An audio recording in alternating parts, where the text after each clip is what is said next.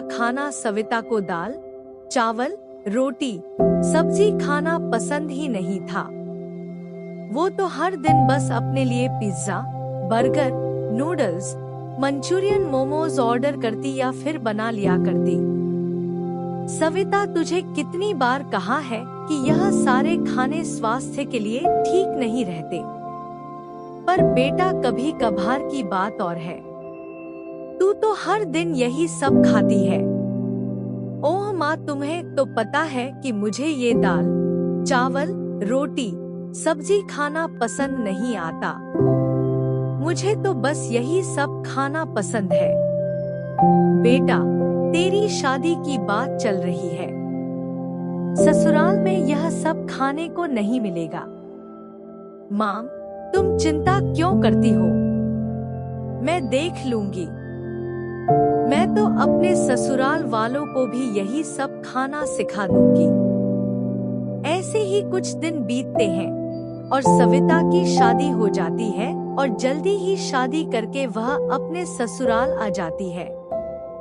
सविता की सास उससे कहती है, बहू, आज तुम्हारी पहली रसोई की रस्म है। तुम किचन में जाओ।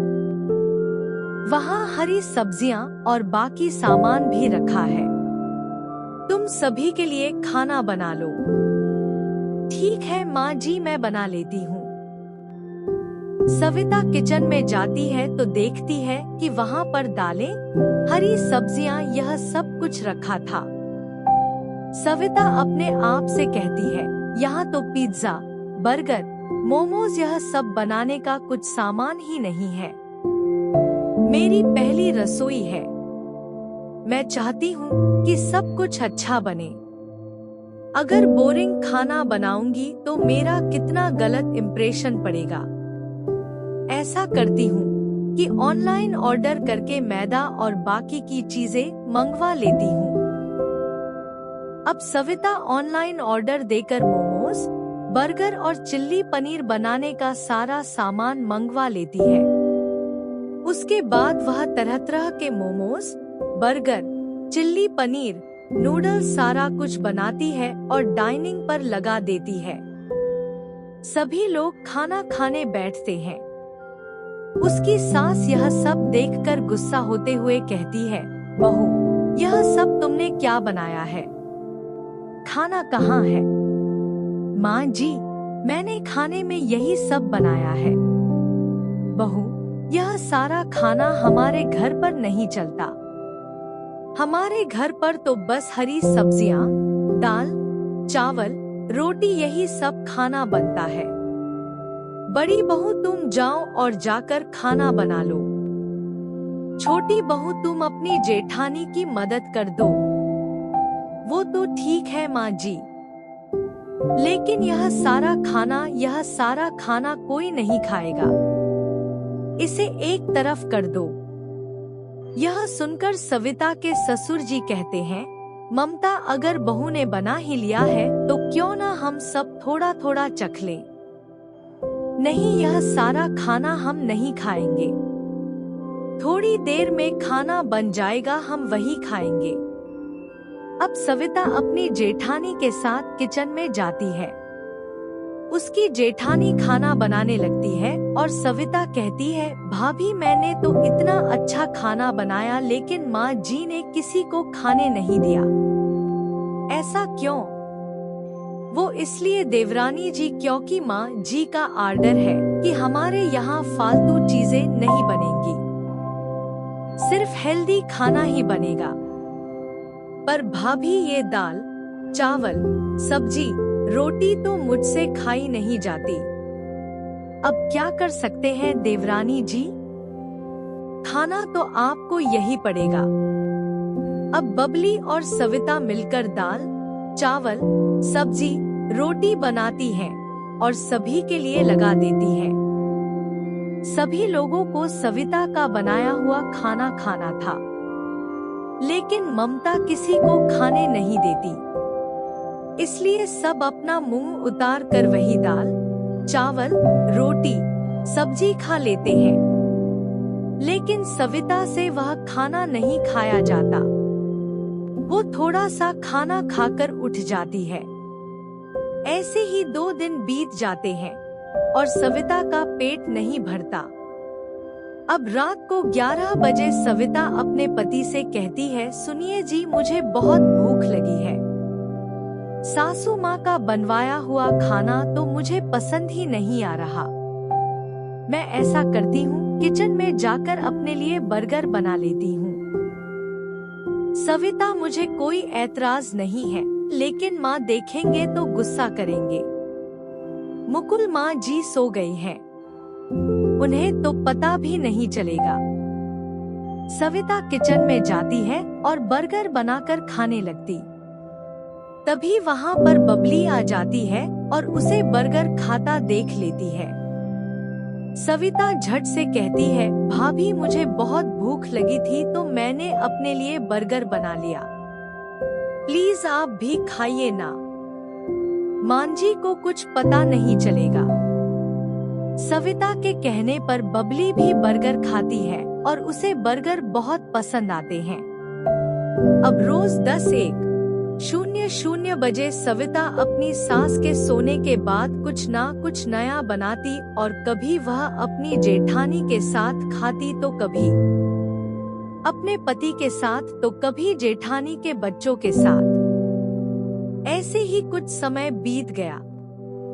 एक दिन जब सविता अपनी जेठानी और उसके दोनों बच्चों के साथ रात के समय नूडल्स बनाकर खा रही थी, तभी उसके ससुर जी वहां आते हैं और कहते हैं, मुझे पता है कि तुम लोग यहाँ पर छुपकर नूडल्स खा रहे हो। ससुर जी को देखकर सभी लोग डर जाते हैं। तब बड़ी बहू कहती है, वो पिताजी, सविता को भूख लगी थी और उसे सादा खाना पसंद नहीं आता इसलिए। हाँ, मुझे पता है। मैं तो यह कह रहा था कि तुम लोग मुझे भी खिलाओ, वरना मैं तुम्हारी सास को बता दूंगा। तभी बबली की बेटी कृपा कहती है, दादाजी लीजिए, आप भी हमारे साथ नूडल्स का मजा लीजिए। अब सभी लोग मिलकर नूडल्स खाते हैं। अगले दिन रात में सभी लोग डाइनिंग टेबल पर बैठकर खाना खा रहे थे, लेकिन किसी का भी खाना खाने में मन नहीं लग रहा था, क्योंकि सबको पता था कि रात को सविता कुछ अच्छा बनाएगी और सब मिलकर खाएंगे। सभी को अच्छी तरह खाना ना खाता देखकर ममता बोली, क्या बात है, तुम लोग खाना क्यों नहीं खा रहे? ममता, मेरा पेट भरा है, खाने का मन नहीं कर रहा। मम्मी जी, मुझे भी आज कुछ खाने का मन नहीं कर रहा। सभी लोग किसी ना किसी बहाने खाना छोड़कर उठ जाते हैं। अब ममता को शक हो जाता है। रात को ममता सोने की एक्टिंग करती है, लेकिन वो सोती नहीं। जब रात के 11 बजते हैं तो सविता चुपचाप उठती है और किचन में जाती है और मोमोज और पिज्जा बनाती है। तभी एक एक करके सभी लोग वहाँ पर आ जाते हैं और सब मिलकर पिज्जा और मोमोज खाने लगते हैं। तभी ममता चुपचाप से वहाँ आ जाती है और सभी को पिज्जा और मोमोज खाते देख लेती है। ममता कहती है, अच्छा तो यह हो रहा है मेरे पीछे। शक तो मुझे तुम लोगों पर पहले ही हो गया था। और यह सब किसका किया धरा है? छोटी बहू तुम्हारा ना? नहीं माँ जी, वो मैं तो बस चुप हो जाओ छोटी बहू, और तुम लोग अभी तक यहीं खड़े हो। सविता भी शर्मिंदा होकर अपने कमरे में चली जाती है। अगले दिन शाम को सविता के ससुर जी की तबीयत बहुत खराब हो जाती है। मुकुल उन्हें डॉक्टर के पास ले जाता है और वापस आकर सभी को बताता है। माँ, डॉक्टर ने कहा है कि गलत खान पान की वजह से पिताजी की शुगर बढ़ गई है। तुम लोगों को मुझसे शिकायत है ना कि मैं हर तरह का खाना घर में बनने नहीं देती। उसकी यही वजह है कि यह सारा खाना हेल्थ के लिए अच्छा नहीं होता। हाँ, लेकिन चोरी चोरी यह खाने में सिर्फ तुम्हारी नहीं, मेरी भी गलती है। मैंने नियम तो बनाया यह, लेकिन उन नियमों को सख्ती से लागू कर दिया और कभी भी तुम्हें कुछ अच्छा खाने नहीं दिया। मैं अपनी गलती मानकर आज से अपने नियम बदल रही हूँ। हम सभी रोज दाल, चावल, रोटी, सब्जी खाएंगे, लेकिन हफ्ते में एक बार हम सभी की पसंद का खाना बनाएंगे ताकि सभी लोग अपनी पसंद का खाना भी मिस ना करें और सभी हेल्दी खाना भी खा सकें। ममता का यह फैसला सभी को बहुत पसंद आता है। सभी लोग बहुत खुश हो जाते हैं और इस तरह ममता दोनों तरीके के खाने में सामंजस्य बना लेती है। मैं जाकर देखता हूँ। अरे रुक, तू आराम से नाश्ता कर। बजाने दे घंटी कुछ देर। नहीं खोलेंगे तो चली जाएगी वापस। ओहो माँ, मेरा एक जरूरी पार्सल आने वाला है। जरूर वही आया होगा। मैं जाकर देखता हूँ। यह कहकर ऋषभ नाश्ते के बीच से उठा और घर का मेन गेट खोल दिया। पर सामने एक जाने पहचाने चेहरे को देखकर ऋषभ का मुंह उतर गया और बुझी आवाज में उसने अपनी माँ से कहा, माँ, सुनंदा ताई आई है। अरे अपनी माँ को बाद में बुलाना, पहले मुझे अंदर तो आने दे। चल परी को हट। यह कहकर सुनंदा ने ऋषभ को हल्के से धक्का दिया और उसे साइड में हटाकर खुद घर के अंदर आ धमकी। तब तक ऋषभ की माँ तारा भी रसोई से बाहर आ चुकी थी और फिर, अरे सुनंदा जीजी आज इतनी जल्दी? हाँ, अरे मैं तो और पहले ही आ रही थी, पर फिर सोचा कि आज इतवार है तो क्या जाने तुम लोग सो रहे होगे, बस यही सोच के रुक गई। बड़ी मेहरबानी। वैसे आज क्या खत्म हो गया? अब थोड़ी सी चीनी चाहिए थी, अब ये लो कटोरी भर दो। आज यही सोच के उठी थी कि सबके लिए बढ़िया खीर बनाऊंगी, पर डिब्बा खोल कर देखा तो मरी चीनी का एक दाना भी ना निकला। अब राकेश और निधि भी कल देर से घर लौटे थे तो उन्हें जगाना ठीक ना लगा मुझे।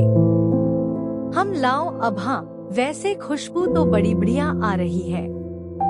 आज क्या बना लिया नाश्ते में? कुछ खास नहीं, मेथी आलू की सब्जी और पराठे हैं।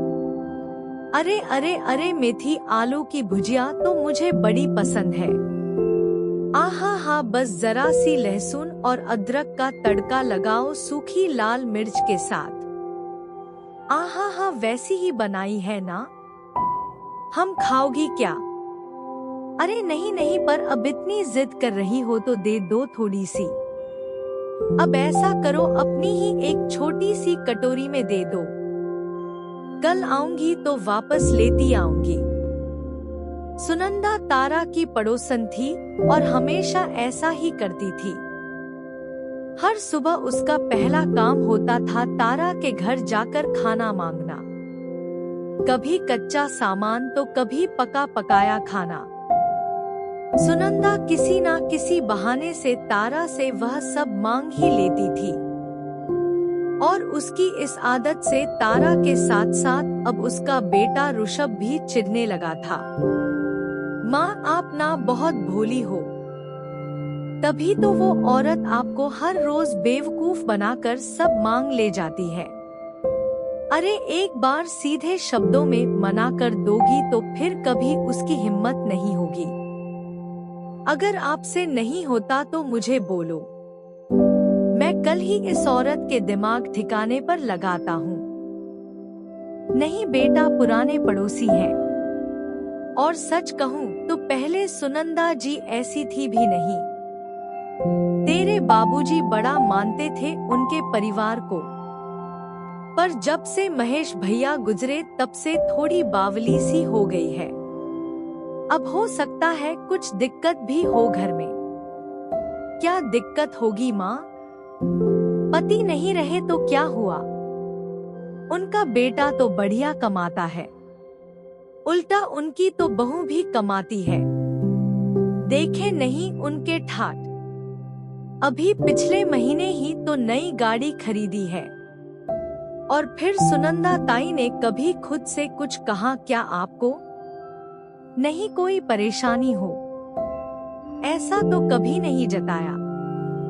उल्टा हमेशा अपने बेटे बहू की तारीफ ही करती रहती है। और तू छोड़ना यह सब और यह बता कि तू ऑफिस से छुट्टी कब ले रहा है? मिताली का फोन आया था मुझे, बोल रही थी शॉपिंग पर साथ चलने को। ओहो माँ, मेरे पास बिल्कुल टाइम नहीं है। आप और मिताली देख लो ना सब कुछ प्लीज।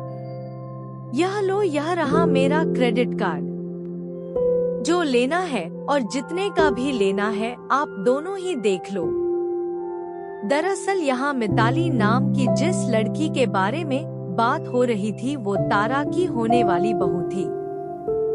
ऋषभ और मिताली कॉलेज से एक दूसरे को पसंद करते थे और अब बहुत जल्द दोनों की शादी होने वाली थी। ऋषभ वेल सेटल्ड था तो मिताली भी बहुत समझदार और सुलझी हुई लड़की थी।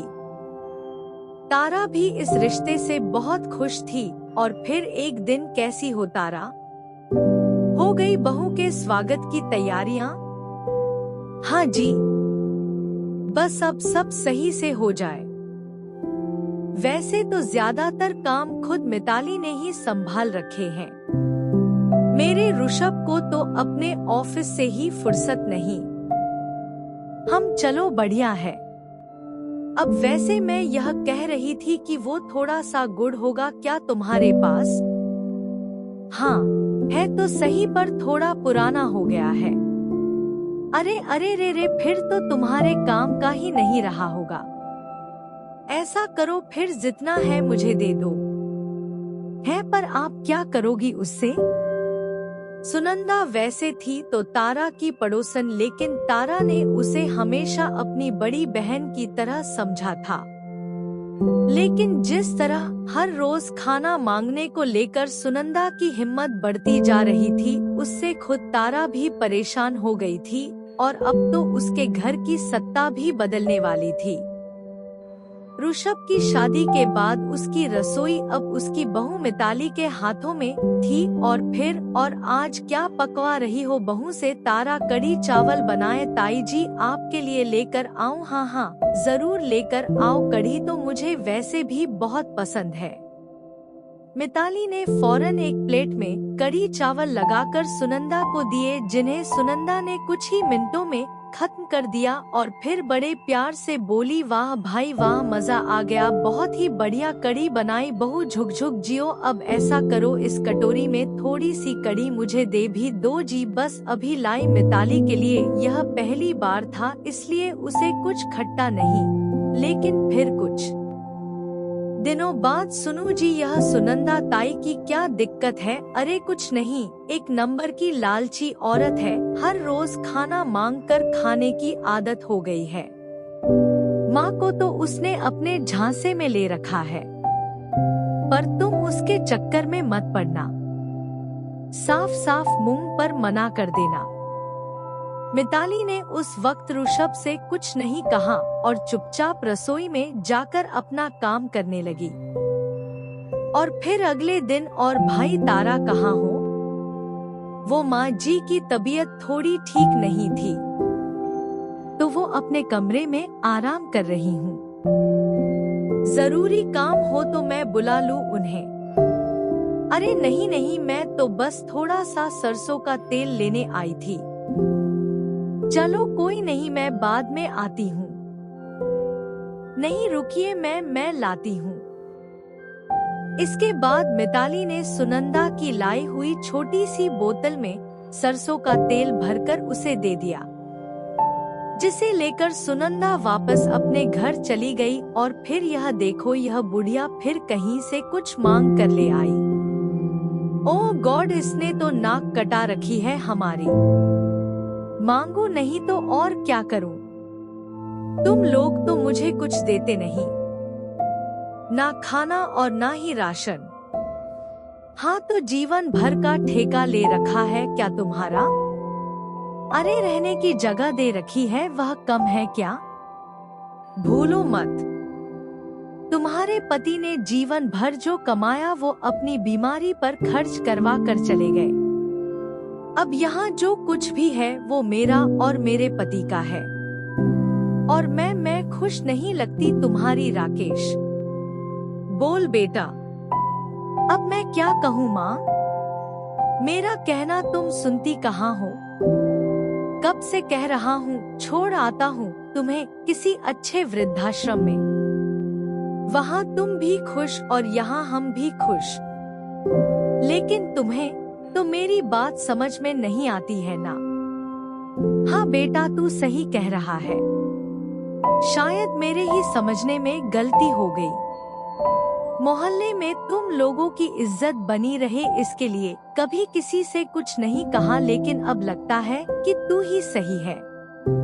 अब जब बहू ने ही कह दिया है कि यह घर मेरा नहीं, तो फिर आप हमारे साथ रहेंगी जीजी। हमारे घर में जो आज से आपका भी है। तारा तुम, हाँ जीजी, बहुत अच्छा हुआ जो मिताली के कहने पर मैं उसके साथ तुम्हारे पीछे पीछे चली आई। क्यों जीजी, क्यों कभी कुछ नहीं बताया? क्या बताती तारा कि मेरे खुद के बेटे को मेरी परवाह नहीं। मेरी बहू मुझे एक वक्त का खाना तक नहीं पूछती। आस पड़ोस से मांग मांग कर गुजारा चला रही हो। ये कैसे बताती तुम्हें, और किस मुंह से बताती? कसूर तो आखिर मेरी परवरिश का ही है ना? नहीं ताई जी, कसूर आपका नहीं, बल्कि जिसका है वक्त उसे उसकी सजा जरूर देगा। अभी आप हमारे साथ चलिए। आज से आप हमारे साथ रहेंगी। मैं आपको खाना खिलाऊंगी अपने हाथों से बनाकर। नहीं बेटा, मैं ऐसा नहीं कर सकती। मैं तुम लोगों पर कैसे बोझ बन जाऊं, और ऋषभ वो क्या कहेगा उन्हें मैं समझा लूंगी। ताई जी आप बिल्कुल चिंता मत कीजिए, बस अपनी बहू पर भरोसा रखिए और चलिए मेरे साथ। यह कहकर मिताली ने सुनंदा को गले से लगा लिया, और सुनंदा में अब उसे ना कहने की हिम्मत नहीं। उसने एक बार भी पलटकर अपने बेटे बहू की तरफ नहीं देखा और मिताली और तारक के साथ चल गई अपनी बची हुई जिंदगी को अपने आत्मसम्मान के साथ जीने के लिए।